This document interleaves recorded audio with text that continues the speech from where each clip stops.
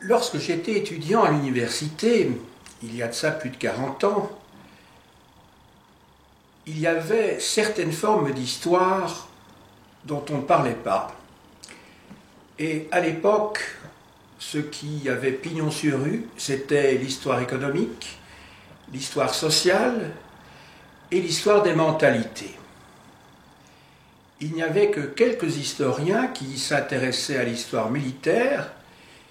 Ils étaient vraiment très rares et on considérait à l'époque, pour des raisons qu'il s'agirait de déterminer et que l'on peut identifier certainement en partie, on ne parlait donc pas de l'histoire des guerres qui avait mauvaise presse. On peut peut-être expliquer ça, je suppose, par la sortie relativement récente des guerres coloniales en France. Il y avait la guerre du Vietnam, on était encore à l'époque de la guerre froide, mais enfin, cela n'explique pas tout. J'ai donc décidé de rencontrer aujourd'hui un spécialiste d'histoire militaire pour une période lointaine qui est celle de l'Empire romain. Il s'agit de Jan Le Boeck, qui est donc spécialiste de cette époque très reculée, puisqu'elle s'est terminée il y a maintenant plus d'un millénaire et demi. L'histoire romaine est extrêmement longue, puisqu'elle s'étend sur pratiquement 1100, presque 1200 ans. Et Jan Le Boeck est épigraphiste, il est historien au sens noble du terme de la civilisation romaine. Il est né en 1943 à Carthage, en Tunisie. Il a enseigné dans plusieurs universités pour terminer à la Sorbonne, dont il est professeur émérite. Il est spécialiste de l'Afrique romaine et donc, je le répète pour certainement la deuxième ou la troisième fois, spécialiste de l'histoire militaire de Rome. Jan Le Boeck est l'auteur d'une immense bibliographie. Il ne peut être question, bien sûr, dans une introduction comme celle-ci, de citer tous les ouvrages qu'il a publiés. Je citerai seulement quelques livres, parmi beaucoup d'autres. Tout d'abord, l'encyclopédie de l'armée romaine, publiée en anglais, dont il a assuré donc la direction. Je vais vous montrer ici devant la caméra le volume 3 qui couvre les lettres P à Z. Voici.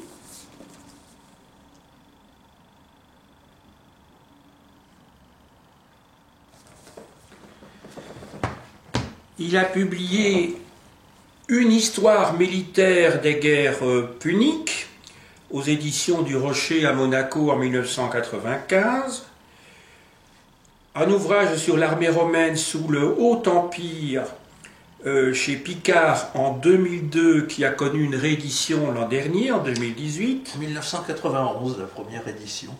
1991. La première édition. Très bien. N'hésitez pas à me corriger chaque fois que... Et la quatrième il y a quelques mois. Voilà, la quatrième il y a quelques mois. Alors, un autre livre qui poursuit au fond cette aventure et qui s'intitule L'armée romaine sous le Bas-Empire, chez Picard, la date 2006. 2006. Voilà. Sauf erreur. Hein. Voilà, la date que j'avais était bonne, mais je n'osais plus m'avancer ici. Il a... alors, l'ouvrage précédent, c'est celui que j'ai sous la main. Voilà, l'armée romaine sous le Haut Empire. Donc, il a connu une réédition. C'est la quatrième édition. Voilà. Qui est très différente des précédentes, hein, qui les reprend complètement. Donc, augmenté, corrigé, revu. Il est aussi l'auteur, parce qu'il a vraiment beaucoup publié, Il a publié une histoire des guerres romaines chez Talandier en 2017. Je la montre à l'écran. Alors, ça couvre une période gigantesque, puisque cela part des origines de Rome, donc du 8e siècle avant notre ère, et va pratiquement jusqu'à la fin de l'Empire romain, en 410, après Jésus-Christ, bien sûr. La difficulté étant de sortir des périodes habituelles, qui me sont habituelles, c'est-à-dire le Haut Empire surtout. Voilà. Et pour l'époque républicaine, royale et républicaine, c'était un peu plus délicat. Bien sûr, d'autant plus que le nombre de sources est nettement moins important. En tout cas, pour l'époque de la royauté, là, on n'a vraiment pas grand-chose. Hein. Sinon, des historiens des mythes. Très, très postérieurs. Hein, voilà. Et des mythes. Et des mythes. Hein. Alors, je vous montre aussi un ouvrage très accessible, à la fois par la lecture, mais aussi par le prix. La guerre romaine qui va de 58 avant Jésus-Christ, c'est-à-dire le début de la guerre des Gaules par César, et qui va jusqu'à la fin de la dynastie des Sévères, c'est-à-dire jusqu'en 235 après Jésus-Christ, donc en la collection Texto. Chez Talandier également. Chez Talandier. Très bien. Donc Talandier est, après Picard, en tout cas, un éditeur chez lequel vous avez beaucoup publié. En tout cas... Talandier publie beaucoup de livres d'histoire militaire. C'est ça. À l'heure actuelle et pour toutes les périodes, mais d'autres domaines de la recherche et de l'écriture les intéressent. C'est cela. Alors, je voulais aussi citer quand même deux petits livres qui sont vraiment, alors là, destinés au grand public. Les deux que sais-je que vous avez consacrés à César et d'autre part à l'histoire de la Rome antique, que je vous le disais hors caméra tout à l'heure, je fais lire à mes étudiants de première année. Et vous allez publier dans le 14 mars, c'est-à-dire dans 2 mois, voilà, et vous avez fait une référence d'ailleurs tout à l'heure à l'assassinat de César, à un jour près, enfin l'anniversaire en tout cas, aux ides de mars. Voilà, le 15 mars. Le 15 mars. Donc, votre prochain livre s'intitulera Lucullus, général et gastronome, donc chez Talandier, et j'espère bien pouvoir vous interroger une nouvelle fois à propos de ce livre dans les mois qui viennent. Ce sera avec plaisir. Moi aussi, je serai très heureux. Voilà. Alors, cette présentation est en fait...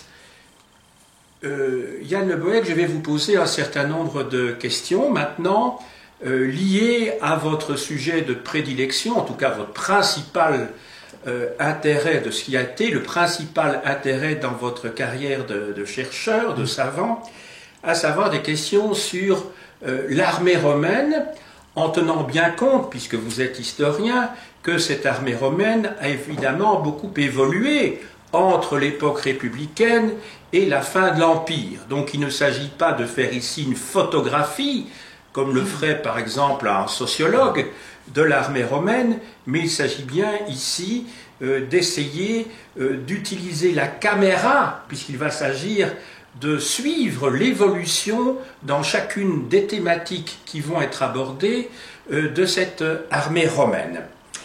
Alors, ma première question sera très générale, mais elle me semble indispensable pour commencer cet entretien. Ma première question va poser sur les fonctions et les activités de l'armée. Alors là, j'imagine que pour un spécialiste comme vous, la question doit vous sembler extrêmement générale, mais nous nous adressons ici à un public qui est le grand public, sans doute éclairé, mais en tout cas à des gens qui ne sont pas du tout au parfum, si je puis dire, de ce sujet-là, et ça mériterait donc d'avoir une réponse qui ne soit pas trop longue, de telle manière que l'on ne chevauche pas déjà les questions et les réponses qui vont suivre par la suite. Mais votre question est très intéressante. Parce que très récemment, lors d'un colloque, j'ai pu me rendre compte que beaucoup de spécialistes n'y ont jamais pensé. À quoi sert une armée? Voilà. Eh bien, j'ai conseillé aux personnes qui ne le connaissaient pas de lire un livre du colonel Ardan du Pic, qui est consacré justement à à quoi sert le soldat. Une armée est faite, c'est très simple, il n'y a pas de fonction au pluriel, il n'y en a qu'une, qui est de faire la guerre. Et le soldat n'a qu'un objectif, n'a qu'une raison d'être, c'est de tuer un ennemi, ou des ennemis le plus possible, évidemment, tout en évitant de se faire tuer, évidemment. Donc là, c'est très simple, c'est très clair. Et faire la guerre, une armée le fait normalement sur ordre du pouvoir civil. C'est un instrument entre les mains du pouvoir civil. C'est cela. Voilà la fonction d'une manière générale. Maintenant, plus précisément, et contrairement à ce que beaucoup ont pu écrire ou ont pu dire, les Romains n'ont pas été systématiquement des agresseurs et n'ont pas été systématiquement, lors de leur guerre, là pour mener une politique de type impérialiste. Autrement dit, évidemment, le peuple romain a été un peuple impérialiste, mais enfin, dans toutes ces phases guerrières, il y a eu à certains moments quand même une attitude défensive par rapport au peuple qui agressait cet empire romain ou la République romaine précédemment. Paul Venn avait publié un article qui était très, très amusant. Y a-t-il eu un impérialisme romain? Point d'interrogation. Et il répondait, à partir de plusieurs exemples, ben non, vous voyez, ces pauvres Romains ont toujours été agressés.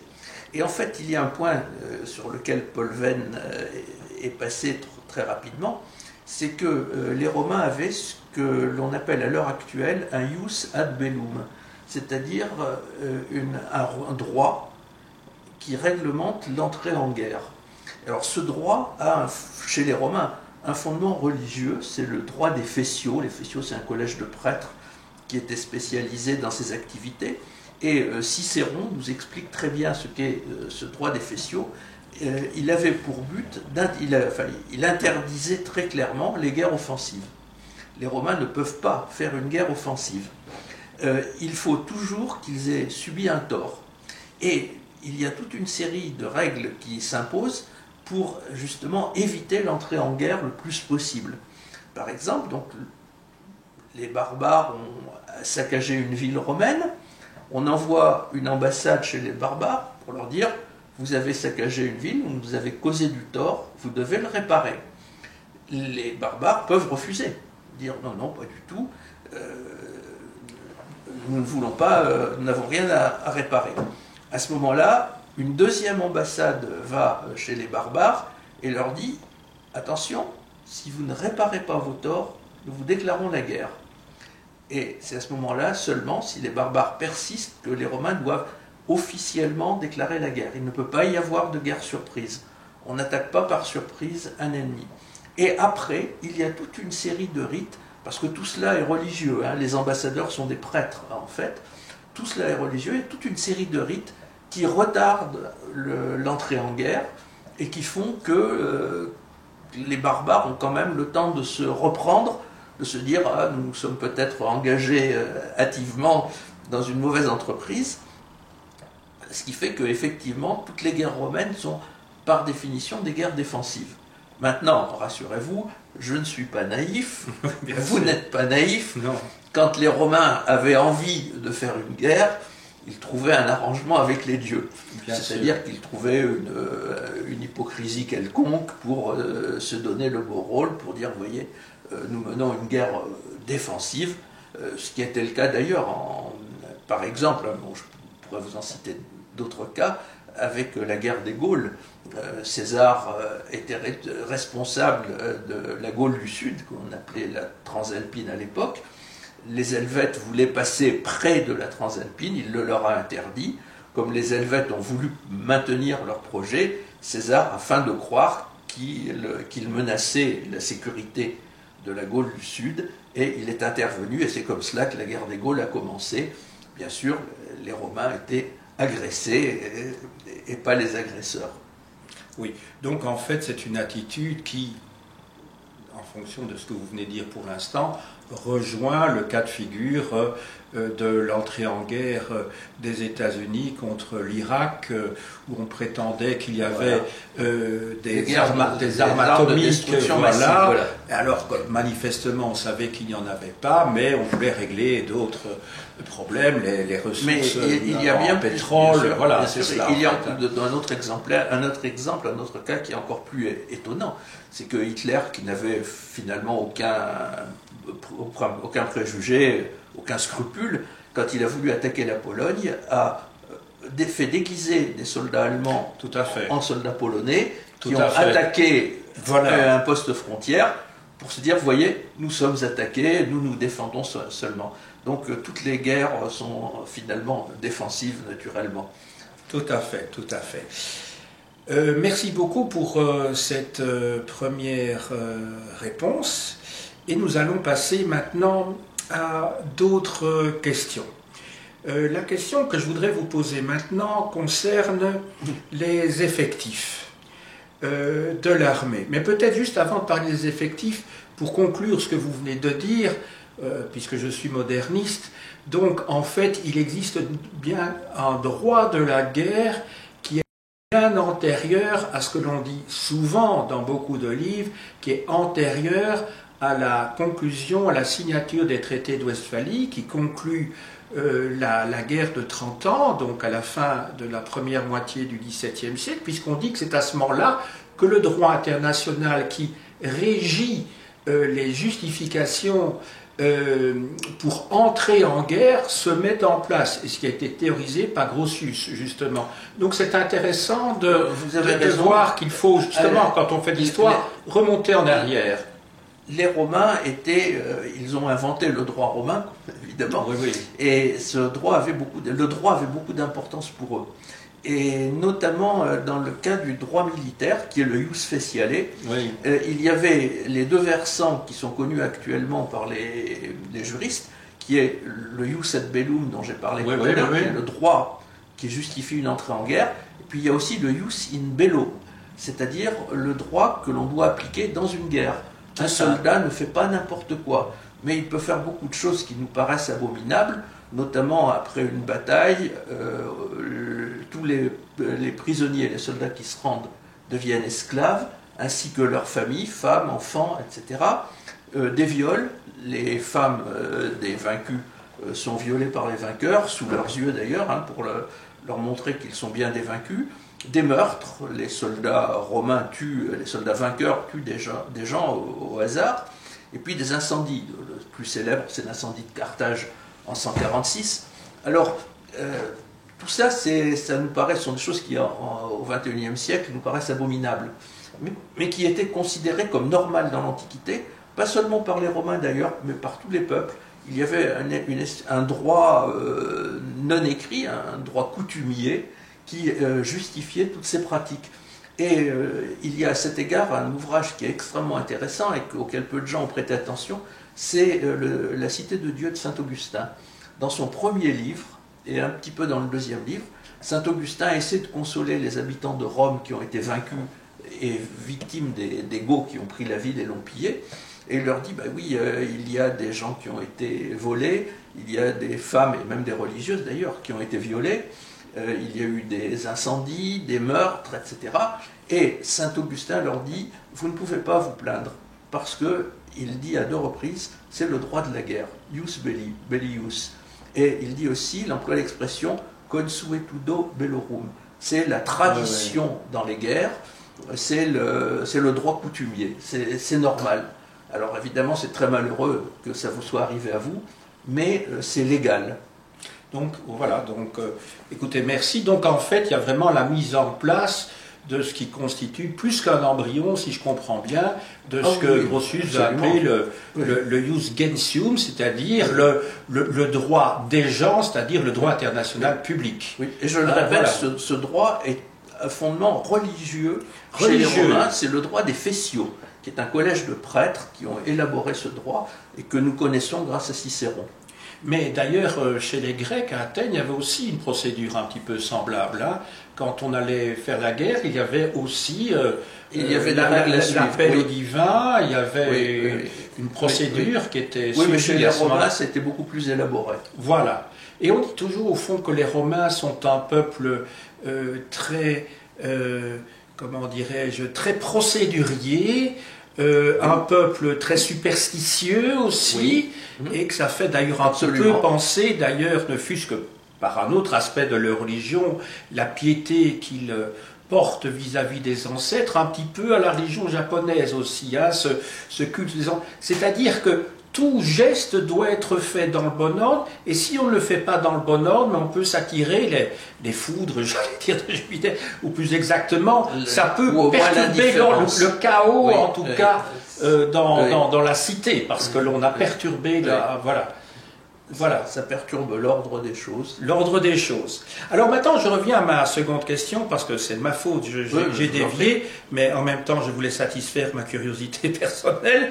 Voilà, la question des effectifs. Alors, on peut imaginer que vu la longévité de Rome, ces effectifs ont évidemment changé, évolué très fortement, parce que entre la Rome de la royauté et même des 2 premiers siècles de la République, où Rome au fond n'est qu'une bourgade, en tout cas encore au 5e siècle et au moins dans la première moitié du 4e siècle avant notre ère, avant en tout cas les guerres puniques, on peut supposer que les effectifs de cette période-là n'ont rien à voir à ce que vont devenir les effectifs surtout au moment charnière du IIIe siècle, à l'époque des guerres puniques, et puis alors au 2e et au 1er siècle avant notre ère, lorsqu'a eu lieu la conquête de l'Orient.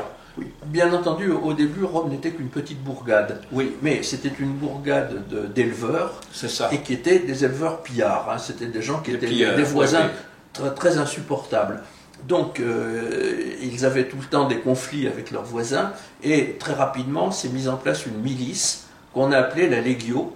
Legio, c'est lié au participe passé lectus, qui veut dire choisi. La Legio, c'est le regroupement d'hommes qui ont été choisis pour combattre. D'accord, oui. Alors donc, la première Legio devait avoir 3 à 4 000 hommes environ. Puis, petit à petit... Et ça, quand vous dites 3 à 4 000 hommes, ça se situe vers quelle époque? À l'époque républicaine? Alors, assez rapidement, dès l'époque royale. Hein, dès l'époque royale, il y avait une Legio. Et puis, il y en a eu après, c'est monté à 2 légions.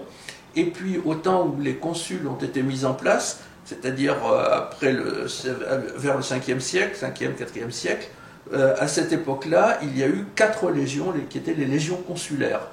Chaque consul avait 2 légions à sa disposition.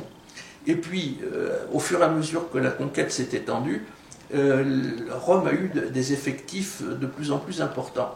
Alors, il y a à cet égard une année qui est très très importante, et à laquelle peu de gens ont prêté attention, c'est l'année 338.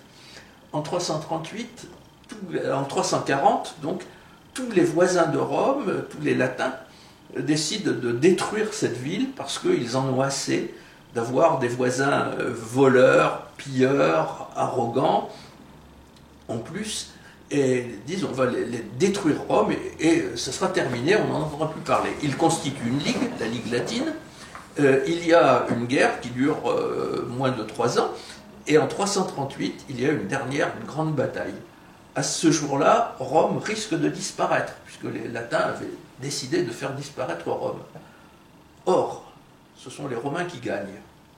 Et après cette victoire, il se passe une chose extraordinaire, et tout l'impérialisme romain en a bénéficié, c'est qu'au lieu de réduire les latins en esclavage, comme le droit et la coutume le leur permettaient, les Romains leur ont au contraire donné la citoyenneté romaine. Ce qui est fait que du jour au lendemain, Rome, qui était une petite cité, s'est trouvée à la tête d'un État territorial, qui était le Latium. Dans ce Latium, tous les habitants, ou presque en tout cas, tous les hommes libres, sont devenus citoyens romains. Et en devenant citoyens romains, ils devenaient légionnaires. Donc nous sommes en 338, pardon. Rome se trouve à la tête d'un État, qui est le Latium. En 272, à peine un peu plus de 50 ans après, Rome se trouve à la tête de toute l'Italie. Et c'est à ce moment-là que l'impérialisme romain se déchaîne, parce que Rome a eu de plus en plus de soldats, et de plus en plus de soldats. Il y a eu un Big Bang, et en plus il s'est trouvé qu'à cette époque-là, pour des raisons que nous ne connaissons pas bien, l'Italie a eu une démographie extrêmement abondante. Et Rome s'est trouvé à la tête d'un nombre de citoyens et donc de légionnaires extraordinaires. Quand Hannibal est arrivé en Italie, il y avait à peu près 500 000 citoyens romains. Alors, ça me ramène à un autre chiffre qui est aussi très important, c'est celui d'une armée qu'on engageait sur un champ de bataille. On ne peut pas engager 500 000 hommes sur un champ de bataille, ça n'est pas possible. Il n'y a aucune plaine qui serait assez vaste pour ça. Alors, les armées, normalement, au maximum, à l'époque romaine, avaient 50 000 hommes, environ. Parce que c'est le maximum qu'on pouvait mettre sur une plaine, d'une part, et puis c'était le maximum de soldats qu'un général pouvait commander. Au-delà de 50 000, il ne pouvait plus voir son aile droite, l'extrémité de son aile droite, l'extrémité de son aile gauche. Il ne les voyait plus. Comme les moyens de communication de cette époque étaient limités, donc 50 000 était un maximum. Alors, je sais qu'à la bataille de Cannes, en 216, les Romains ont dépassé un petit peu ce chiffre, mais pas de beaucoup. Mais les deux consuls étaient engagés, donc pouvaient mieux commander leurs troupes. Donc voilà, 50 000 hommes pour une bataille, pour une campagne. César a fait la guerre des Gaules avec environ 50 000 légionnaires et à peu près autant d'auxiliaires, parce qu'il a utilisé aussi il y a eu à un moment donné des auxiliaires, mais les auxiliaires n'intervenaient que très peu sur le champ de bataille. Y compris gaulois. Surtout gaulois. D'ailleurs, pour la guerre des Gaules, si on fait une petite parenthèse, la Gaule a été conquise par des Gaulois. Les légionnaires étaient des gens de Gaule cisalpine, c'est-à-dire du nord de l'Italie, de la plaine du Pô et des montagnes et des Alpes. Et les auxiliaires étaient des auxiliaires, alors des Gaulois de Gaule, des Rèmes, des Éduins, des Lingons et quelques autres. Donc, une armée, 50 000 hommes sur le champ de bataille, normalement, pas beaucoup plus, rarement moins, mais enfin, il y a eu effectivement des batailles suivant les circonstances, avec parfois 20 000 hommes, parfois 40 000, mais l'idéal c'était 50 000. Et alors, l'Italie, à partir de 272, a donné à Rome une quantité de soldats, de légionnaires qui est extraordinaire. Entendu.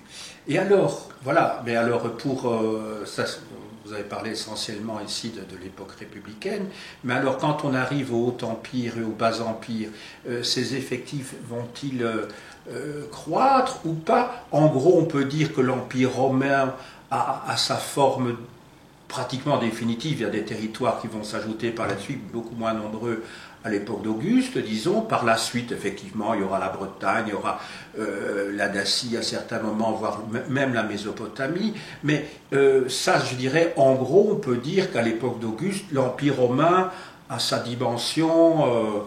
en gros, je dirais, je sais qu'il y a des territoires qui vont s'ajouter. Oui, à l'époque de Claude, voilà, bien sûr. Hein. De Claude et jusqu'à Trajan. Jusqu'à Trajan. Trajan, c'est terminé. En 106, on a l'annexion de l'Arabie. C'est la province d'Arabie en 106. Et la Dacie aussi. C'est juste auparavant. Voilà, juste avant la Dacie et puis l'Arabie, qui correspond à la Jordanie actuelle. Hein, c'est ça, si vous voulez, pour simplifier. Mais bon, effectivement, comme vous dites, à l'époque d'Auguste, c'est à peu près quand même fixé. Et alors, il y a une transformation profonde de l'armée à l'époque d'Auguste, qui est en fait profonde. Les effectifs, parce que le reste, on va en parler plus tard. C'est la poursuite en fait de ce qui se faisait à l'époque républicaine. Hein, mais Auguste décide que cette armée sera permanente. Les événements ont conduit à la fixer au sol. Elle devient immobile. Et c'est une armée professionnelle aussi. Auguste fixe un salaire et décide que quand un soldat est mobilisé, choisi au conseil de révision, le légionnaire reste 25 ans sous les armes. Est-ce qu'au fond, en avançant dans le temps, vers notre époque, est-ce que sous le Bas Empire, il n'y a pas eu aussi des mercenaires qui ont été engagés? Alors, à l'époque impériale du Haut Empire, il n'y a pas de mercenaires. Non. Dans quelques circonstances très rares, on a pris quelques centaines de barbares pour ça, mais c'est tout. Il n'y a pas de mercenaires, c'est une armée professionnelle, c'est une armée nationale qui est là pour défendre l'Empire. Cette armée fait entre 300 et 350 000 hommes. C'est-à-dire, pour l'armée des frontières, il y a 150 000 légionnaires et 150 000 auxiliaires. Et les auxiliaires, en principe, ont très peu de travail sur le champ de bataille. Ils complètent le travail des légionnaires qui sont, eux, chargés de remporter la victoire. Et sous le Haut-Empire, il y a une nouveauté qui est la création d'une marine permanente qui n'avait jamais existé jusqu'alors, et qui compte 40 à 45 000 hommes environ, parce qu'on n'a pas de statistiques très précises. Vous parliez du Bas-Empire, alors il y a eu une transformation qui a eu lieu dès l'époque de Dioclétien, c'est-à-dire à l'extrême fin du IIIe, au début du IVe siècle. Sous le Haut-Empire, il y avait un conseil de révision. Ce conseil de révision avait pour but de choisir les meilleurs des jeunes gens, en fonction de leur qualité physique, d'abord, parce que pour enfoncer une épée dans un corps humain, il faut avoir un bras très solide. Ça n'est pas aussi évident qu'on peut le croire. Et puis, il fallait non plus aussi également qu'il ne soit pas complètement idiot. Et en plus, il fallait que quelques-uns sachent lire, écrire et compter pour tenir les archives du camp, etc. Bon, donc, à l'époque du Haut-Empire, il y avait un recrutement de qualité. Dioclétien a supprimé le conseil de révision, l'a remplacé par des systèmes assez complexes pour recruter davantage d'hommes. Donc on est passé, alors bon, les chrétiens l'ont accusé d'avoir multiplié par 4 l'armée, ce qui est excessif et mensonger. Il a augmenté les effectifs, 400, 500 000 hommes peut-être, et il a renoncé au principe de qualité, donc pour le remplacer par le principe de quantité. Et à mon avis, c'était une armée qui était moins efficace pour cette raison. C'est ça. Mais donc c'est quand même une armée dont le nombre de membres est quand même relativement conséquent, parce que les chiffres que j'ai souvent vus, mais je ne suis pas spécialiste de cette période, c'est qu'au IIe siècle de notre ère, on donne des chiffres qui varient beaucoup, mais grosso modo entre 50 et 70 millions d'habitants dans l'Empire romain. Je ne sais pas s'ils sont à confirmer ou si vous allez prendre une autre fourchette, et que donc si on compare, évidemment on ne peut pas comparer une armée d'il y a 2000 ans avec une armée d'aujourd'hui, mais quand on compare, au fond, l'Empire romain, si on prend comment dirais-je, la partie supérieure de cette fourchette, s'il y a eu jusqu'à 70 000 habitants, 70 millions d'habitants de l'Empire romain, en gros, on pourrait dire que ça correspond en gros au nombre d'habitants dans la France d'aujourd'hui, si je comprends bien. Oui. En gros, oui. C'est un chiffre évidemment à la grosse louche. Et donc, ça n'a pas de sens évidemment de comparer le nombre de soldats dans l'armée française aujourd'hui, puisque l'armement est tout à fait différent. Mais c'est quand même intéressant de voir que finalement, c'est un chiffre, en tout cas pour le Bas-Empire, même si en qualité il y a eu diminution, alors qu'en quantité il y a eu un plus grand nombre d'effectifs, de voir un petit peu que c'est quand même un chiffre relativement important, même si le territoire, évidemment, n'a strictement rien à voir. C'est un territoire immense, puisqu'il va de la Bretagne au sud de l'Égypte, il va du Maroc jusqu'à l'Anatolie, donc c'est un territoire immense. Donc on ne peut pas, avec des frontières que l'on doit défendre à cette époque-là. Alors, il faut voir pour le Haut-Empire deux choses différentes. Oui. D'abord, ce qui est à défendre. Là, la démographie n'a aucun intérêt. Ce n'est pas le nombre d'habitants de l'Empire qui compte, c'est la longueur des frontières, qui est de 3 à 4 000 km. Et les historiens, pas plus que ça, et 4 000 km, je crois, je cite de mémoire. Et les historiens du 19e et du 20e siècle insistaient pour dire les Romains n'ont jamais eu assez de soldats pour défendre une frontière aussi longue. Et effectivement, il y avait des trous entre les différents camps, mais ces effectifs, la faiblesse des effectifs, était compensée par la qualité des hommes. Et alors, d'autre part, le nombre d'habitants de l'Empire, c'est intéressant pour autre chose, c'est parce qu'avec beaucoup d'habitants, on pouvait, au moment du conseil de révision, on avait un grand choix. Les gens qui étaient responsables de cette opération pouvaient choisir les meilleurs. C'est ça. Peut-être ai-je mal entendu. Ici, vous parlez de 3 ou 4 000 kilomètres, mais il se fait que dans une de vos conférences précédentes, j'avais noté 7 500 kilomètres. Mais peut-être, alors, l'une des deux. Lors de l'un de vos deux propos, vous avez dû faire un lapsus, je ne sais pas laquelle. Oui. Voilà, mais j'avais entendu 7500 km, et ça venait de votre propre bouche. Hein. Oui, donc, alors peut-être que je me trompe, hein, mais voilà. Tiens, à propos de ce que l'on a appelé, à tort, vous le dites d'ailleurs dans une de vos conférences, à tort le limès. Est-ce que vous pourriez peut-être expliquer en quoi déjà, étymologiquement, le terme limès est un terme inapproprié? Pourquoi on l'a utilisé? Je ne sais pas si vous pouvez d'ailleurs donner une réponse à cela. Pourquoi on l'a utilisé à partir d'une certaine date? Et pourquoi c'est resté dans les manuels scolaires? Parce que le terme limès, on le trouve partout. Eh bien, le mot limès, si vous aviez demandé à Trajan de vous parler du limès, il vous aurait regardé avec un air très étonné, dire mais qu'est-ce que ça peut te faire? Le mot limès, ça désigne un sentier à travers la forêt. C'est ça. Bon. Les anciens, les Romains du Haut-Empire ne l'ont pratiquement pas employé. Ça a fait son apparition au milieu du IIIe siècle et ça n'a été vraiment employé qu'à la fin du IVe, au début du Ve siècle, notamment dans un document qui s'appelle la Notitia Dignitatum. Alors, le mot limès, même à cette époque, a deux sens. Il désigne soit le système défensif d'une province. Par exemple, vous avez le limès de Rhétie, le limès de Germanie supérieure, le limès de Tripolitaine, c'était des provinces d'ailleurs très, très petites au IVe siècle. Donc au singulier, le terme n'a jamais existé, c'est ça? Alors attendez, soit une partie, soit les éléments qui constituaient le limès de la province. Donc si vous avez un limès de Tripolitaine, et ce limès de Tripolitaine est lui-même divisé en plusieurs limites, puisqu'il y a le pluriel de limès, qui sont les jointifs les uns aux autres.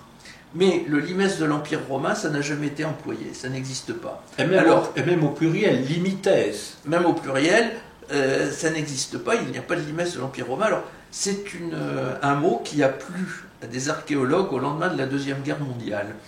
Et ils ont organisé un congrès du limès, ce qui était en réalité un congrès d'études militaires sur Rome, ça leur évitait d'employer le mot militaire. Du point de vue essentiellement archéologique, et ce congrès du limès a eu énormément de succès, il se tient encore à l'heure actuelle. Tous les 4 ans, vous avez régulièrement un congrès du limès, mais ça n'a aucun sens. Et au fond, ça me vient à l'esprit maintenant, est-ce que c'est pas contemporain du fameux discours de Churchill dans une université américaine, à l'université de Fulton, qui pour la première fois en 1946 parle du rideau de fer qui coupe l'Europe en deux? Je ne sais pas, parce que si vous me dites que c'est juste au lendemain de la guerre, là c'est le rideau de fer, mais est-ce qu'on n'avait pas en tête une sorte de limite comme ça entre les Romains, les barbares, et d'autre part les nouveaux barbares qui sont... c'est une simple réflexion qui me vient à l'esprit, non? Je ne crois pas. Parce qu'il y a parfois des concepts qui naissent en fonction du contexte militaire d'une époque donnée. Non, vous ne pensez pas. Je pense que c'est simplement un mot. Vous savez, les archéologues adorent les mots latins. C'est ça. Je les aime bien, j'ai moi-même fait de l'archéologie évidemment, mais ils les utilisent parfois à contresens. C'est ça. Et je crois que c'est tout simplement un contresens sans plus. Est-ce que vous pourriez nous donner une petite explication de cette partie, en tout cas, qui est présentée comme telle dans les ouvrages d'histoire générale sur Rome, qui est particulièrement difficile à défendre, autrement dit les champs d'écumates, c'est-à-dire ce qui apparaît comme une sorte d'avancée, comme un poignard dans l'Empire romain, entre d'une part le Rhin, d'autre part le Danube, et qui était une région qui n'était donc pas protégée naturellement par des cours d'eau, et qui permettait donc aux barbares de descendre relativement rapidement vers l'Italie. Oui, ce que vous appelez ce qu'on appelle les champs d'écumates, c'est la région qui se trouvait entre le cours supérieur du Rhin et le cours supérieur du Danube, c'est-à-dire essentiellement la forêt noire et les territoires environnants, le Schwarzwald, et qui a été annexé par les Romains à la fin du 1er siècle de notre ère, et qui a été défendue jusqu'au milieu du IIIe siècle, où là les Alamans l'ont envahi.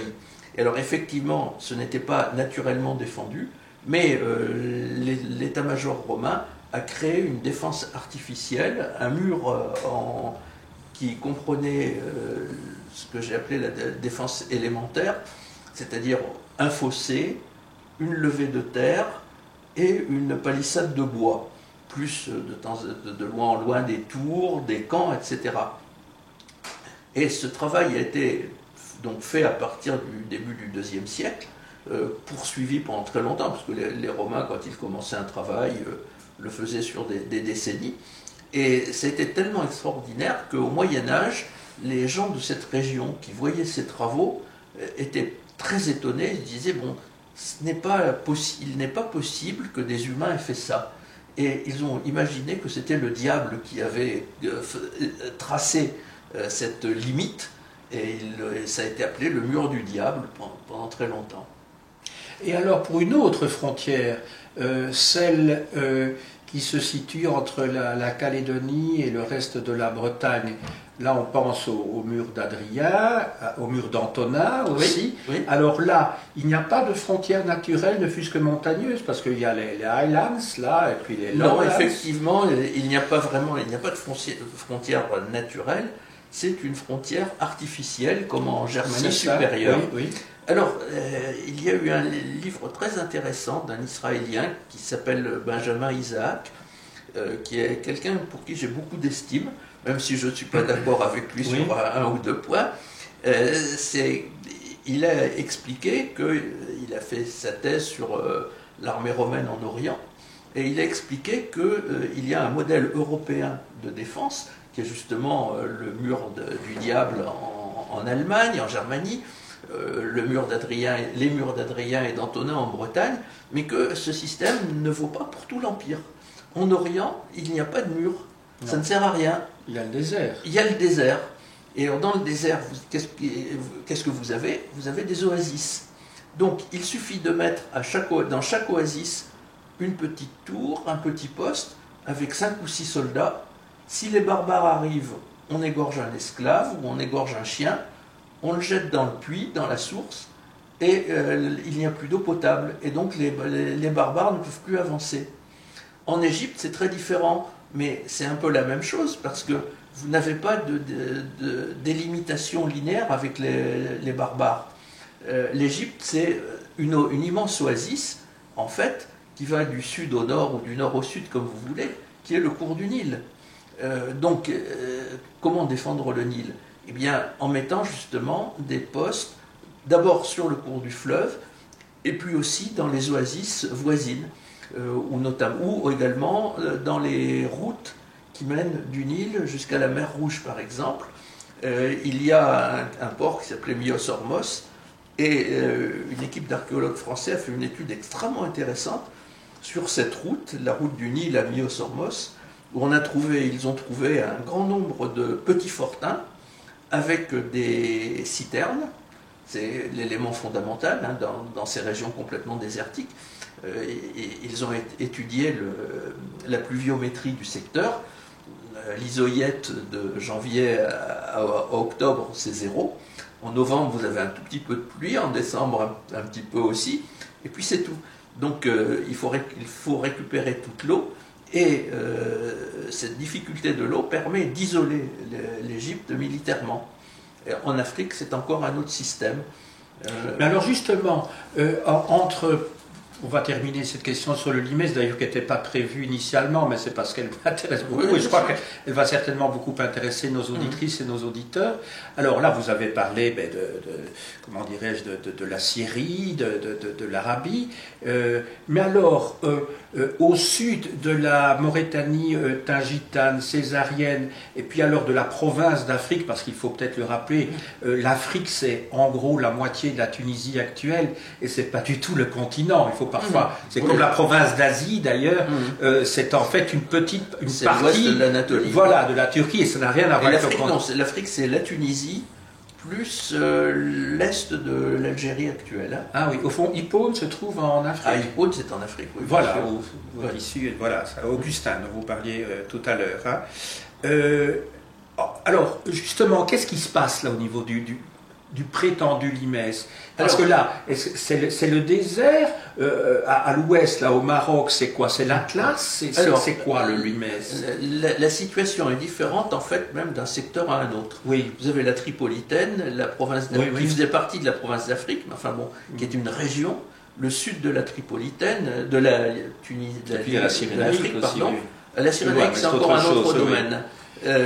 Et puis le sud de la Numidie, ce qui est devenu la Numidie au IIIe siècle, de la Mauritanie césarienne. Alors à chaque fois, il y a un système différent.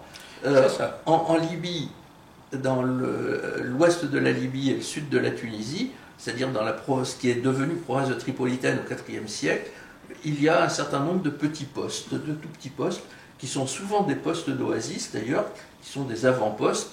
Le plus méridional, c'est Radamès, qui est en Libye actuellement, mais qui permet de surveiller le sud tunisien à l'heure actuelle, hein, le sud algérien, le Tchad, le Niger, etc. C'est un site qui est extraordinaire.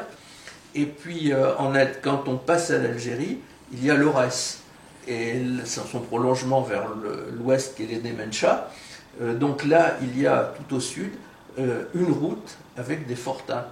Et ce qui est extraordinaire, c'est que la grande garnison, le camp de la 3e Légion Auguste, est au nord de la montagne. Donc avec vue sur ce que les géographes appellent les hautes plaines, qui était le grenier à blé de Rome.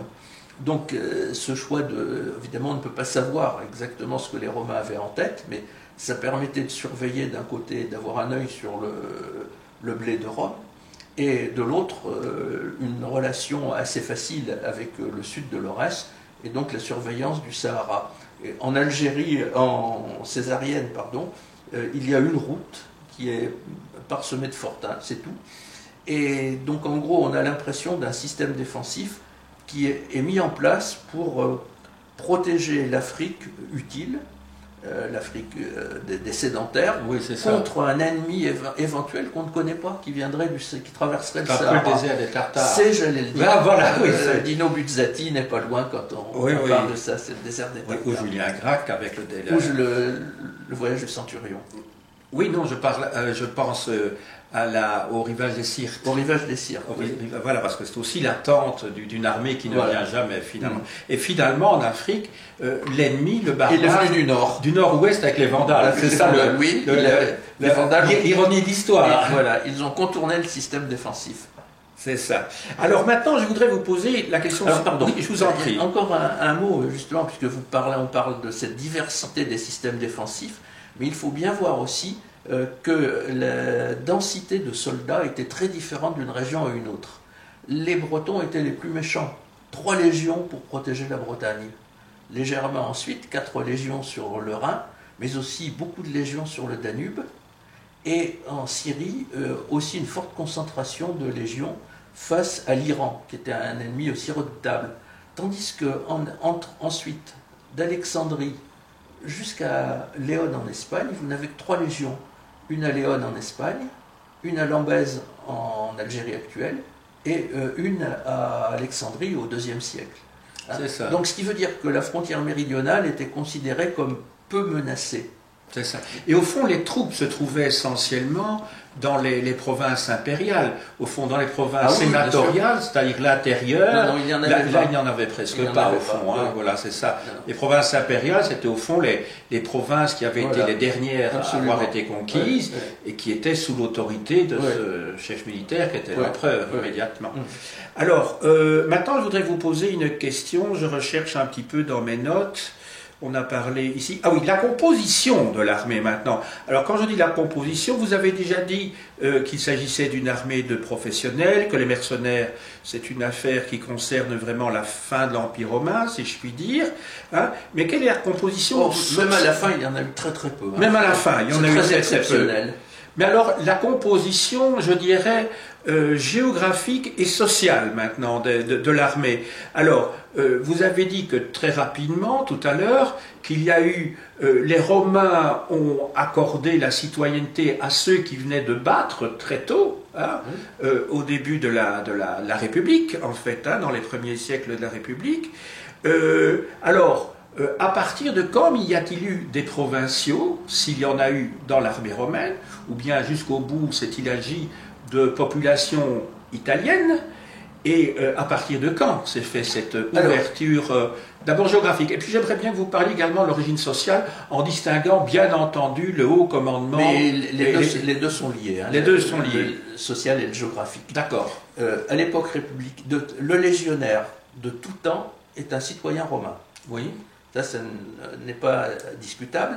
Ensuite, ce qu'on appelle les socii à l'époque républicaine sont fournis par les peuples sujets.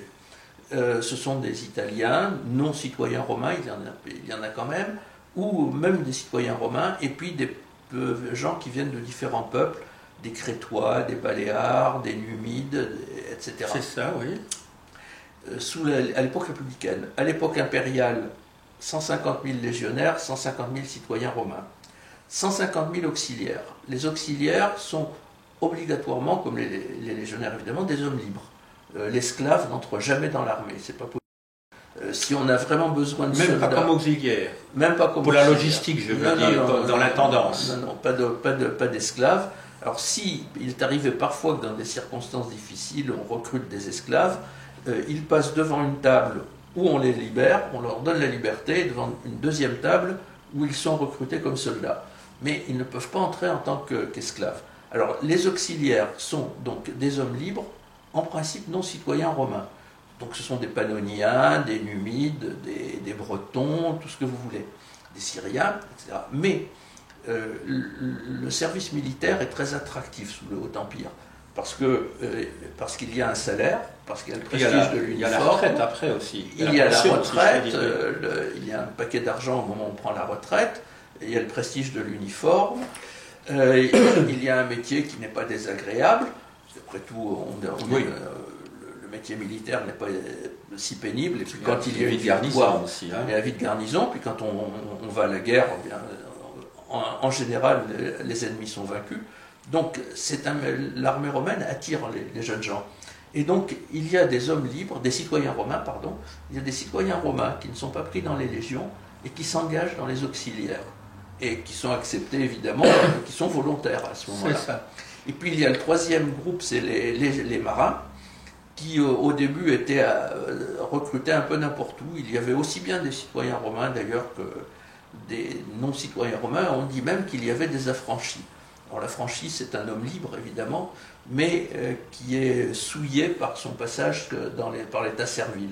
Il a la macula servilis, la tâche servile, donc on ne le prend pas. Et puis très rapidement, les marins, eux aussi, sont devenus des hommes libres, n'étaient que des hommes libres, les citoyens romains ou non.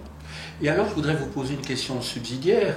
À partir de 212, c'est-à-dire la Constitution antonine, autrement dit l'édit de Caracalla, à partir de ce moment-là, tout citoyen de l'Empire qui est libre, tout habitant de l'Empire qui est libre, devient citoyen romain. Ça veut dire qu'à partir de ce moment-là, toute personne libre de l'Empire peut entrer dans l'Empire, dans l'armée romaine. Absolument. Dans la Légion, oui, c'est ça. Légion, oui.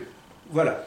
Est-ce que ça a permis d'avoir du sang neuf dans cette armée ou... En fait, l'édit de Caracalla de 212 n'a pas changé grand-chose. Il y avait un mouvement d'octroi de la citoyenneté romaine qui a été très large pendant tout l'Empire et régulier. Ce qui fait que on considère qu'en fait l'édit de Caracalla, ça fait qu'entériner. Ça fait entériner, ça prenait acte de la situation. Et ça n'a donné la citoyenneté romaine qu'à quelques isolés qui ne l'avaient pas eu par accident. Donc, de nouveau, c'est une chose qu'on devrait réviser dans les manuels scolaires. On parle toujours de 212, octroi de la citoyenneté, comme si c'était une révolution, pas spécialement pour l'armée, mais dans le fonctionnement de l'Empire, c'était simplement une régularisation pour les derniers. Vous m'avez posé la question géographique. Ah oui, tout à fait. Jusqu'à l'époque d'Auguste encore, il y avait beaucoup d'Italiens qui servaient dans l'armée romaine, beaucoup de légionnaires, d'Italiens qui servaient dans les légions.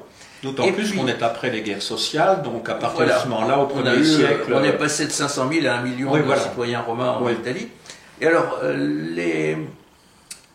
les Italiens ont toujours servi dans l'armée romaine.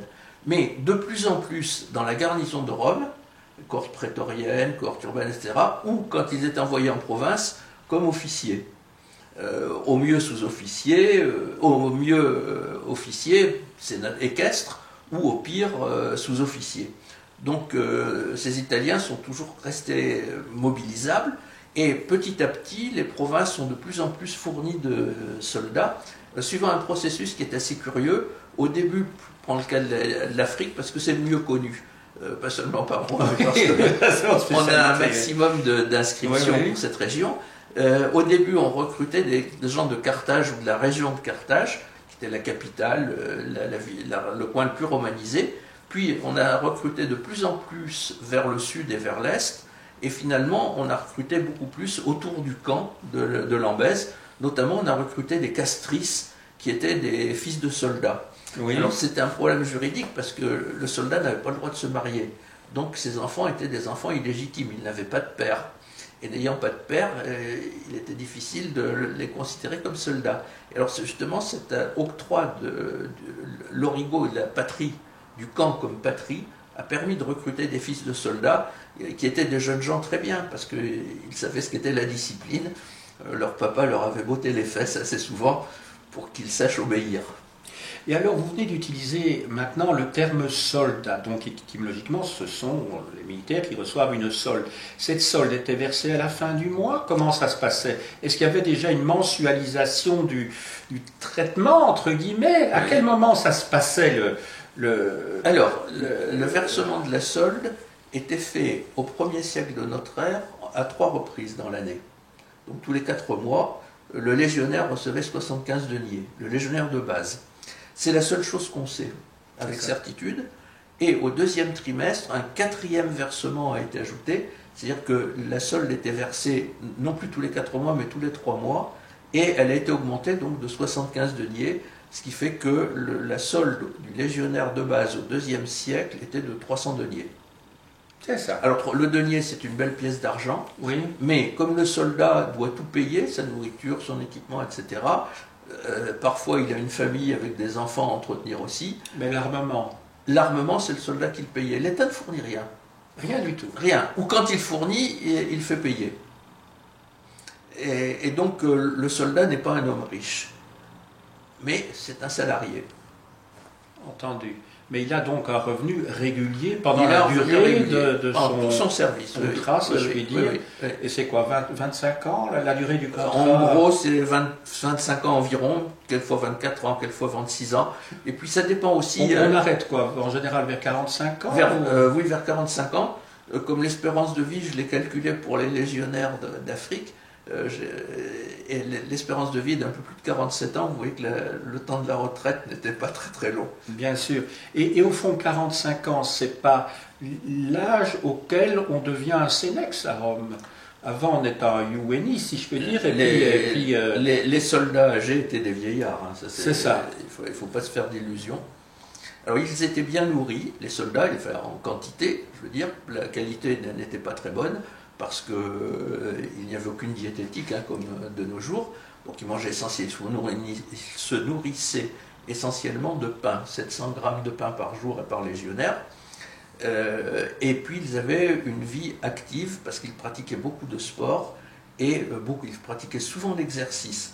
Donc physiquement, c'était des hommes bien entraînés, des hommes suffisamment nourris, je ne dis pas bien nourris, mais suffisamment nourris. Ils étaient des privilégiés à cet égard. Alors, de quel armement dispose le légionnaire? J'imagine qu'il y a eu, comment dirais-je, une évolution dans cet armement qui est sans doute liée à la pratique de la guerre.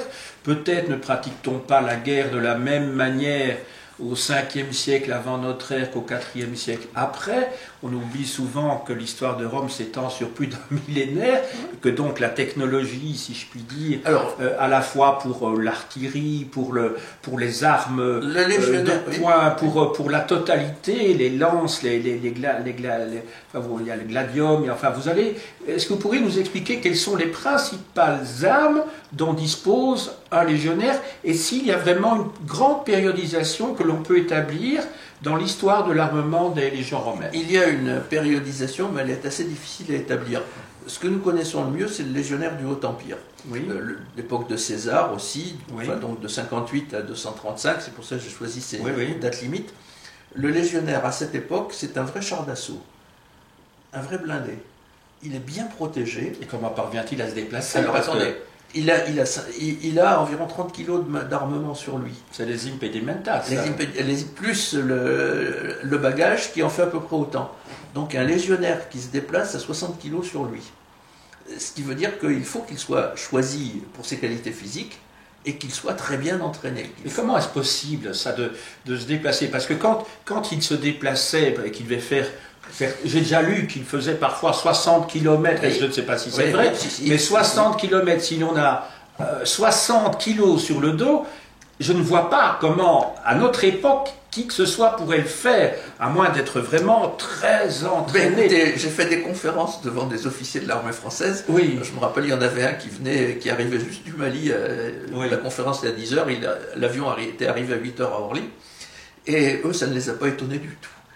Le soldat est fait, le fantassin est fait pour porter de grandes quantités de gros poids. Alors je reviens quand même des soldats d'élite, mais pas je veux dire. Tous les soldats sont des soldats d'élite. Hein, les légionnaires sont des soldats d'élite. C'est une élite.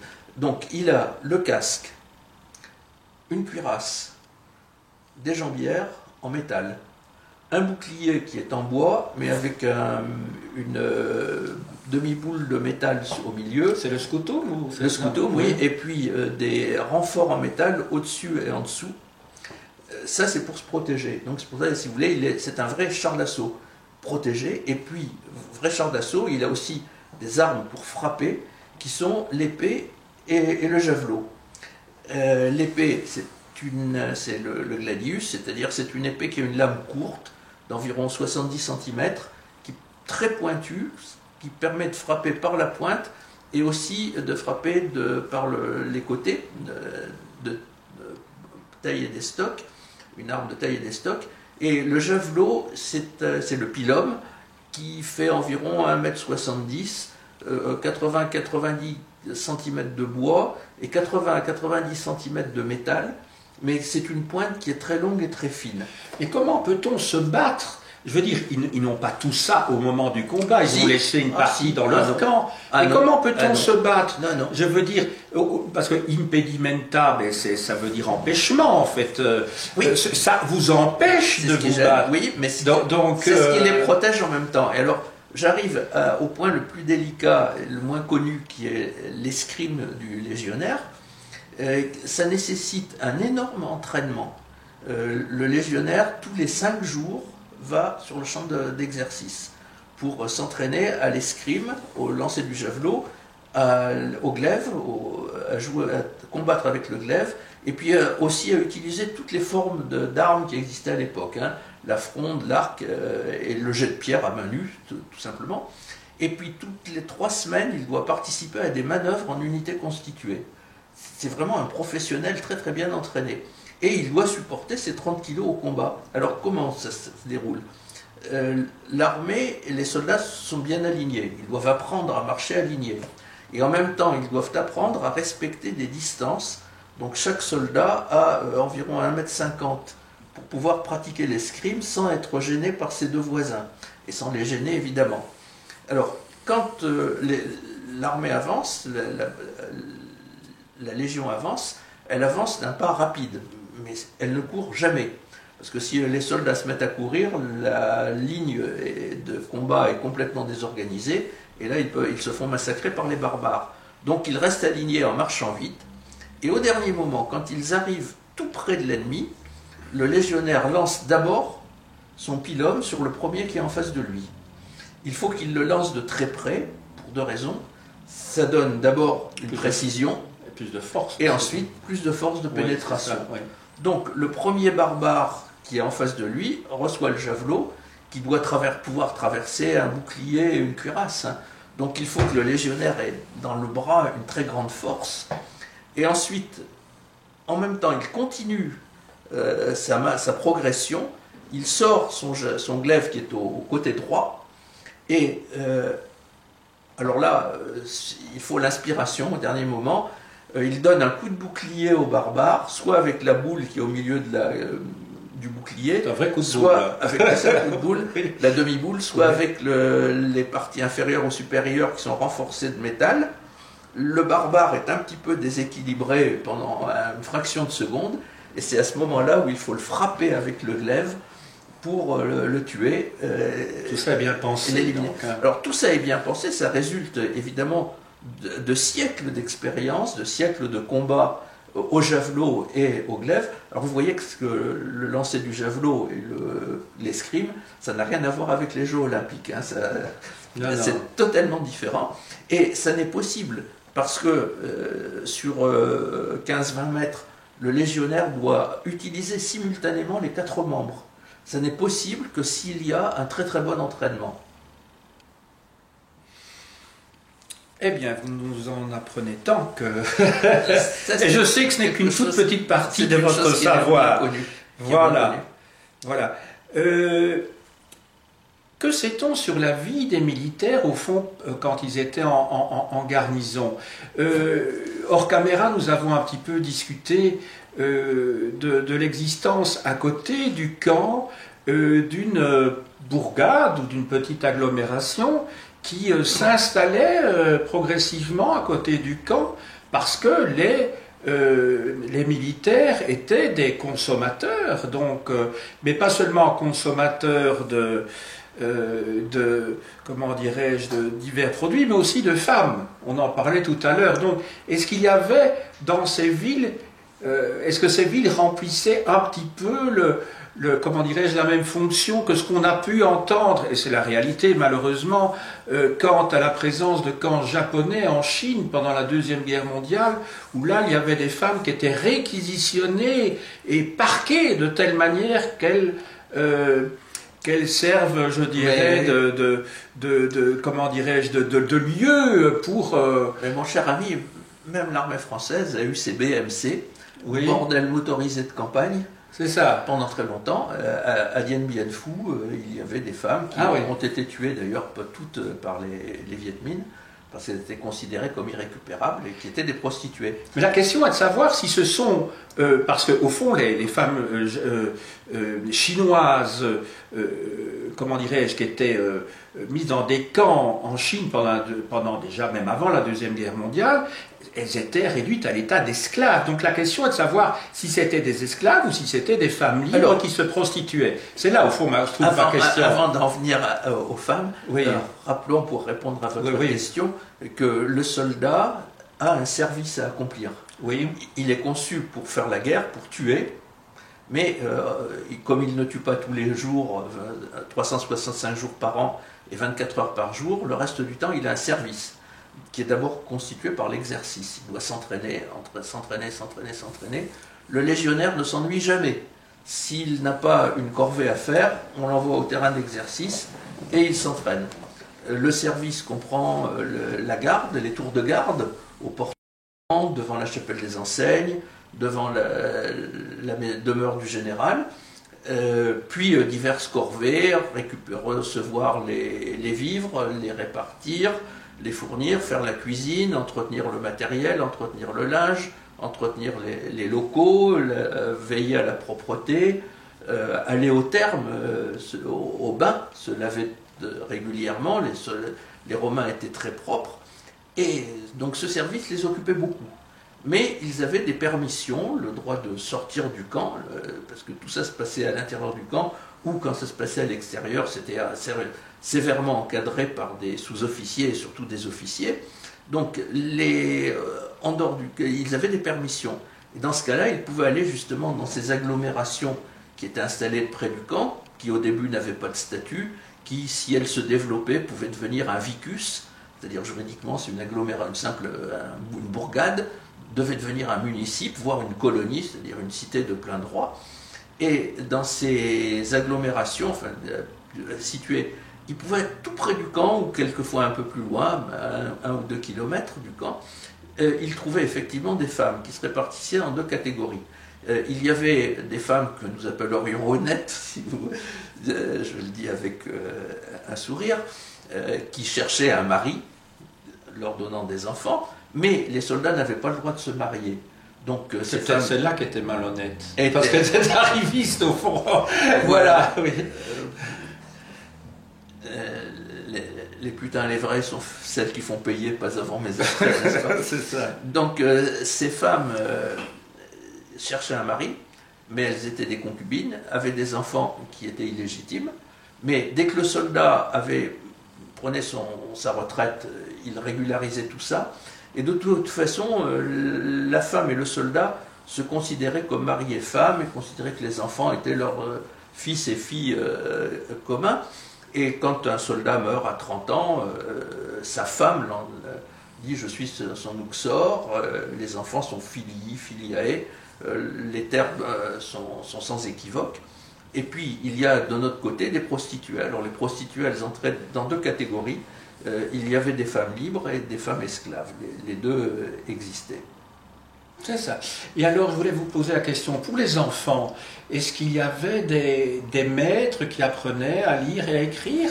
Est-ce que ça existait ou est-ce que c'était... Alors, si c'est une hypothèse que je formule et qui n'a pas beaucoup de sens vu les conditions où ils vivaient, et je voulais vous poser une deuxième question, mais qui n'a rien à voir, mais toujours liée à la vie des militaires. Est-ce que dans le camp lui-même, est-ce qu'il y avait à certains moments des rituels ou des cérémonies de type religieux? Alors, c'est deux questions tout à fait différentes. Tout à fait. Donc, en ce qui concerne l'éducation des enfants, elle était tout à fait semblable à celle des enfants des autres cités civiles. Hein, c'est-à-dire qu'il fallait qu'il y ait un instituteur qui passe par là, qui se présente comme instituteur, puisque ce n'était pas l'État qui fournissait l'enseignement. Je suis instituteur, je veux apprendre à vos enfants à lire et à écrire. Et il fallait qu'il y ait suffisamment d'enfants avec des parents suffisamment aisés pour lui payer un salaire. Alors c'était malgré tout relativement rare. Hein. Tous les gens ne savaient pas lire ou écrire dans l'Antiquité. Alors il y a des documents qui ont été trouvés récemment et bien étudiés en Égypte. On voit que les femmes ne savaient jamais lire ni écrire, elles étaient analphabètes. Une bonne partie des enfants aussi sans doute. Et les militaires. Et les militaires eux-mêmes, les auxiliaires, il y avait un fort taux d'analphabétisation, d'analphabétisme. Quand un soldat voulait écrire une lettre à ses parents, il demandait aux copains qui savaient lire et écrire de lui faire la lettre. Et donc on a des lettres, c'est mon ami un tel qui écrit cette lettre, chers parents, j'ai besoin d'argent, c'était le grand problème. J'avais des écrivains publics, le cas échéant. Non, enfin, je veux dire des soldats qui faisaient systématiquement. On n'a pas pu identifier. Je crois qu'ils le faisaient par amitié, tout simplement. Par amitié, oui. Et alors la deuxième question qui portait donc sur l'aspect religieux.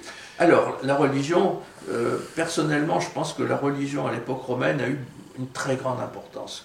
Que les Romains étaient tous croyants. Alors, je sais qu'il y a certains historiens qui en doutent. Je pense que les Romains étaient tous croyants. En tout cas, la vie militaire est rythmée par la religion. On a retrouvé en Syrie, à Doura Europos, un calendrier.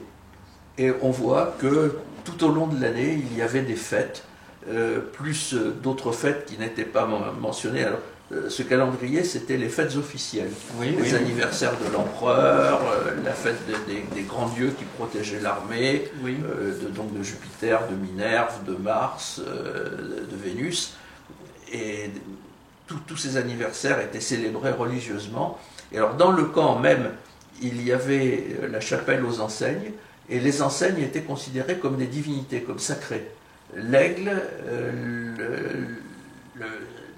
le signum du manipule et de la centurie étaient considérés comme sacrés et étaient déposés dans cette chapelle quand l'armée n'était pas en opération ou en déplacement. Il pouvait y avoir d'autres sanctuaires, d'autres endroits religieux. Par exemple, à Lambèse, on s'est rendu compte que près des Principiats, qui sont la partie centrale du camp, il y avait un sanctuaire des nymphes, une fontaine. C'est ça. Et alors, évidemment, ce serait tout à fait anachronique ce que ce que je pourrais dire ici, mais est-ce qu'il y avait l'équivalent, même si ça n'existe pas, j'imagine, dans la religion romaine, mais est-ce qu'il y avait l'équivalent de ce qu'on appelle maintenant des aumôniers des armées? Mais évidemment, avec d'autres titres, des gens, voilà. Est-ce qu'il y a quelque chose qui ressemble un petit peu à cela? Dans une légion, le légat de légion, c'est-à-dire le commandant de la légion, c'est-à-dire le colonel du régiment, si vous voulez, célébrait les offices. Mais il y avait quelques soldats qui étaient attachés au culte et qui avaient des responsabilités religieuses qui sont attestées. Très bien. Alors, je regarde encore. Quel était le coût, peut-on estimer le coût de l'armée dans le budget de l'État, en tenant compte évidemment que l'histoire de Rome s'étend sur plus d'un millénaire? Alors, si nous nous en tenons à l'époque du Haut-Empire, qui est, je le répète, la mieux connue, la question a été étudiée par divers savants qui considèrent que l'armée constituait le principal poste de dépense de l'État romain. Mireille Corbier est allé jusqu'à avancer le chiffre de 90% des dépenses de l'État pour l'armée. Et je pense que ce n'est pas absurde. C'est ça. Donc c'est un État militaire finalement, l'État romain. Le pouvoir politique s'occupe de ce qu'on appelle uniquement le domaine régalien. Oui. L'État romain ne finance pas les routes, ne finance pas les écoles, ne finance pas les hôpitaux.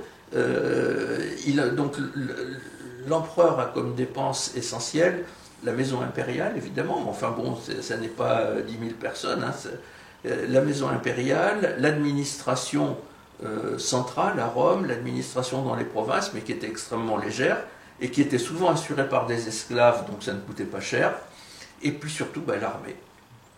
Et dans l'administration, vous incluez la justice? Ah ben, la justice, c'était différent.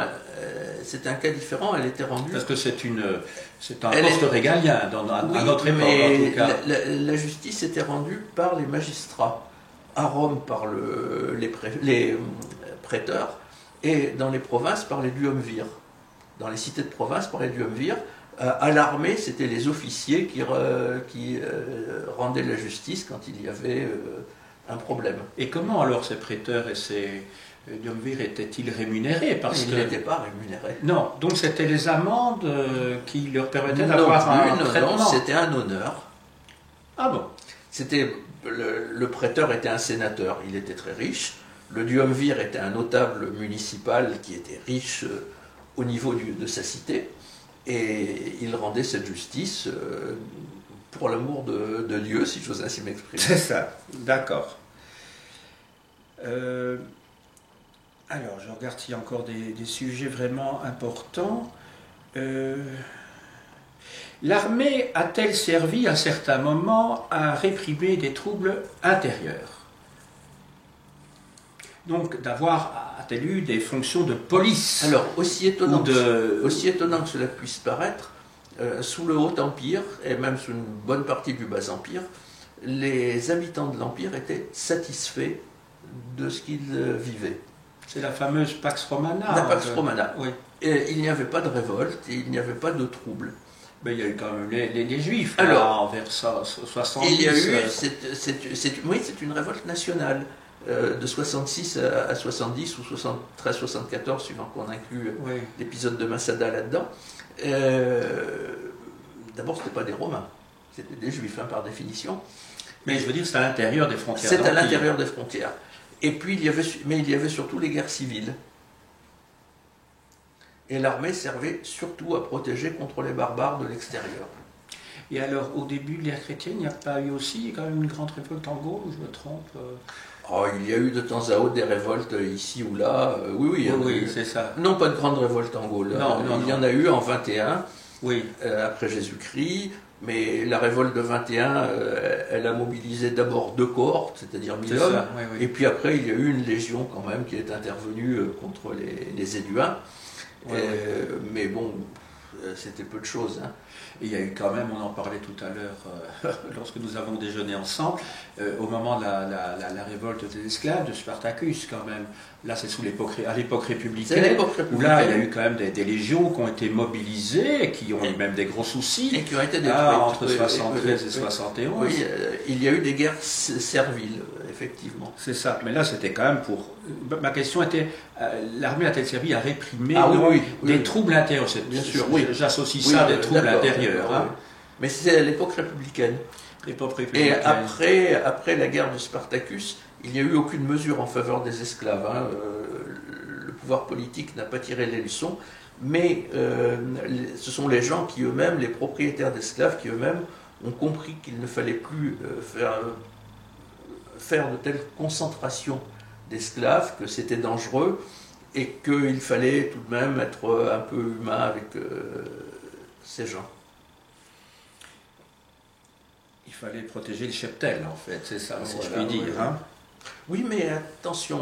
le mot cheptel est peut-être mal choisi, parce que l'esclave est mal choisi, parce que vous avez une conception de l'esclavage qui est différente chez les Grecs et chez les Romains. C'est ça. Chez les Grecs, l'esclave est un animal ou une machine, on se pose la question, est-ce que c'est l'un ou l'autre? Tandis que pour les Romains, l'esclave est un être humain, c'est un homme.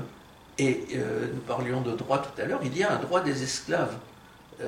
L'esclave, si son maître lui donne des pièces d'argent pour l'encourager à travailler, des pièces de monnaie pour l'encourager à travailler, ça constitue ce qui est juridiquement son peculium, son pécule, et c'est sa propriété. Le maître n'a pas le droit de le lui prendre. C'est ça. Il peut se plaindre. Alors bon, évidemment, entre un maître et un esclave, le pécule lui appartient. L'esclave peut s'acheter une sépulture pour être enterré dignement après sa mort. Il peut s'acheter ce qu'il veut avec le pécule. Il peut acheter sa liberté. Il sait qu'il vaut 70 deniers, il va voir son maître, il dit voilà 70 deniers, j'achète ma liberté, je te donne les 70 deniers, tu me libères. C'est arrivé, bien sûr, c'était assez fréquent. Où il s'achetait un petit esclave pour le remplacer, ce qu'on appelle le vicaire. Ah bon? L'esclave qui... On parle aussi de vicaire dans ce cas-là. Oui. Vicarius et vicaire qui est à la place de... Oui, tout à fait. Donc l'esclave vieillissant qui avait des économies s'achète un petit esclave qui devient son vicarius et il le fait travailler à sa place, il le donne au propriétaire et donc comme ça il soigne ses vieux os et ses muscles fatigués. Très bien. Je crois que nous avons fait pratiquement le tour du sujet, à moins que vous estimiez qu'il y a un sujet important dont nous n'aurions pas parlé et que vous regretteriez de ne pas avoir abordé dans le cadre de notre entretien. J'ai essayé de faire le tour. Si vous me permettez d'ajouter encore un petit mot, de rappeler ce qu'était la place de l'armée dans l'État. Et au fond, c'est la même chose dans tous les temps. L'armée est une institution qui est à la disposition du pouvoir politique, du pouvoir civil. Quand une armée envahit un pays, ce n'est pas l'armée qui décide de le faire, c'est le pouvoir politique qui le lui a dit. Et donc c'est d'abord une institution avec ses corps, donc les légionnaires, les auxiliaires, les marins, la garnison de Rome, avec sa hiérarchie, l'empereur, le préfet du prétoire, les légats d'armée, les légats de légion, etc., qui étaient très nombreuses, avec son personnel, donc les soldats. Et c'est ici que vient la question du recrutement. Mais cette institution, elle a une fonction qui est fondamentale et que les historiens oublient beaucoup. Cette fonction, c'est de faire la guerre, c'est de tuer. Et elle est conçue pour faire la guerre et essentiellement pour faire la guerre. Alors imaginez que les soldats sont conçus pour donner le biberon aux bébés barbares, c'est de même que de nos jours, je sais bien qu'on utilise les légionnaires pour faire des tas de choses, mais bon, c'est aberrant. Le soldat est fait pour combattre, pour faire la guerre, et il y a ce livre de Ardent du Pic dont je conseille la lecture, et il y en a un deuxième qui est d'un Anglais qui s'appelait John Keegan, qui vient de mourir, qui s'appelle Face of Battle, le visage de la bataille en anglais, qui a été traduit en français par l'anatomie de la bataille, ce qui est une très mauvaise traduction, qui montre effectivement qui complète le livre d'Ardan Dupic. Il en parle d'ailleurs au début, et c'est admirable qu'un Anglais reconnaisse sa dette à l'égard d'un Français. Il reconnaît sa dette au début et il montre ce qu'est le soldat véritablement, qui est fait pour combattre, ce qu'il ressent au combat, ce qu'il vit au combat, finalement. Un très grand merci. En tout cas, je suis très heureux et très honoré aussi de vous avoir interviewé. Je vous rappelle que vous êtes vraiment le spécialiste de l'histoire militaire romaine, tout à fait incontournable, et que donc vous avez écrit de très nombreux ouvrages sur la question. Je n'ai eu l'occasion de n'en présenter que quelques-uns, et je rappellerai pour terminer cet ouvrage qui devrait paraître juste dans 2 mois, c'est-à-dire à la mi-mars, pratiquement, oui, à la mi-mars, et qui va apparaître chez Talandier, et qui s'intitule Lucullus, général et gastronome. Voilà, et dont on attend vraiment impatiemment la publication. Donc, voilà. Est-ce que vous avez, après cet ouvrage-là, encore autre chose qui est prévu? Vous m'avez parlé d'un ouvrage alors d'érudition, je crois. De grande érudition sur l'armée d'Afrique au Bas-Empire. Voilà, voilà. Et je rappelle que vous êtes vraiment le spécialiste aussi de l'Afrique romaine, hein, et plus particulièrement de l'armée romaine en Afrique. Un grand merci et à très bientôt. Merci.